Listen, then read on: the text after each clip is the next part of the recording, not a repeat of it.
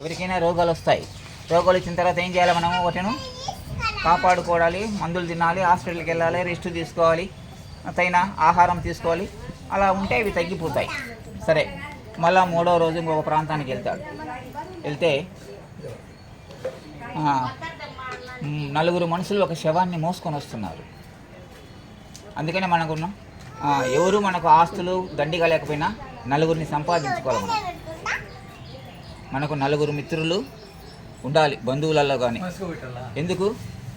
అంతిమ క్రియలలో మోసుకొని పోయేదానికి నలుగురు కావాలి. అందుకని మనకు దండిగా బలగం ఉండవచ్చు కానీ ఆ నలుగురు దొరకరు. అందుకే అప్పుడు మనం ఆ రోజు ఏరుకుంటాం. ఒరే వాడొచ్చిందా, ఈడొచ్చిందా, నువ్వు పట్టుకుంటావా, నువ్వు పట్టుకోలేవా, నాకు ఇంట్లో గర్భిణి, సరే నువ్వు వేరే, అట్లా మనం ఎత్తుకులాడుకొని నలుగురిని తీసుకెళ్తుంటాం. అట్లా శవాన్ని తీసుకొని వస్తే కొంతమంది మమకారంతో ఏడ్చుకుంటూ వస్తున్నారు, కొంతమంది పూలు చల్లుకుంటూ వస్తున్నారు. మరి ఎందుకు ఆయన ఆ విధంగా మోసుకొని పోతున్నారు ఏంటి అంటే, ఎవరికైనా మరణం వస్తుంది, మరణించిన తర్వాత శవాన్ని ఇంట్లో ఉంచుకోం. ఎక్కడికి తీసుకెళ్తాం? దహన సంస్కారాలు చేయడానికి శ్మశానానికి తీసుకెళ్తాం.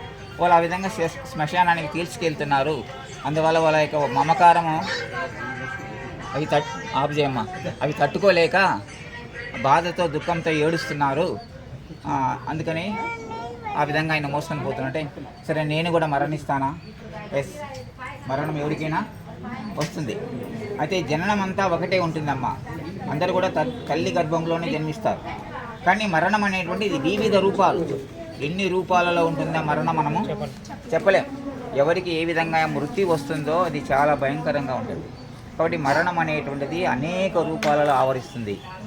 అప్పుడు ఇంకా ఇంటికి పోయి దీర్ఘంగా ఆలోచిస్తుంటారు. నెక్స్ట్ 4వ రోజు ఇంకొక ప్రాంతానికి వెళ్తే ఒక చెట్టు కింద ఒక సన్యాసి కీర్తనలు పాడుకుంటూ పద్యాలు పాడుకుంటూ ఆనందంగా గడుపుతున్నాడు. ఆ సన్యాసి ఏంటంటే ఉన్న రోజు తింటాడు, లేని రోజు ఆకలికి తట్టుకోలే శక్తి కూడా ఉంటుంది సన్యాసులకు. లేదా ఎవరైనా పోతుంటే పండ్లు ఇస్తే అవి తింటారు, నాకు లేదని బాధపడకుండా ఉంటారు.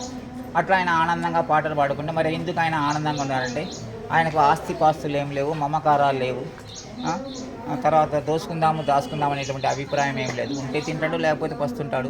ఉన్నప్పుడు ఆనందంగా, తిన్నప్పుడు ఆనందంగా పాటలు పాడుకుంటున్నాడు అని చెప్తే, ఓహో అట్లనా అని ఇంటిపై దీర్ఘంగా ఆలోచించి ఎందుకు మానవులు ఈ విధంగా దుఃఖాలకు కారణమవుతున్నారు అని తెలుసుకోవడానికి సత్యాన్వేషణ చేయాలి. సత్యాన్వేషణ చేయాలంటే ఇంట్లో ఉంటే కుదరదు, బయటికి వెళ్ళిపోవాలి అని అర్ధరాత్రి పూట తల్లి, తండ్రి, భార్య, బిడ్డను వదిలిపెట్టి బయటికి వస్తాడు. బయటికి వచ్చేసినప్పుడు తలుపులు అవే తెరుచుకుంటాయి.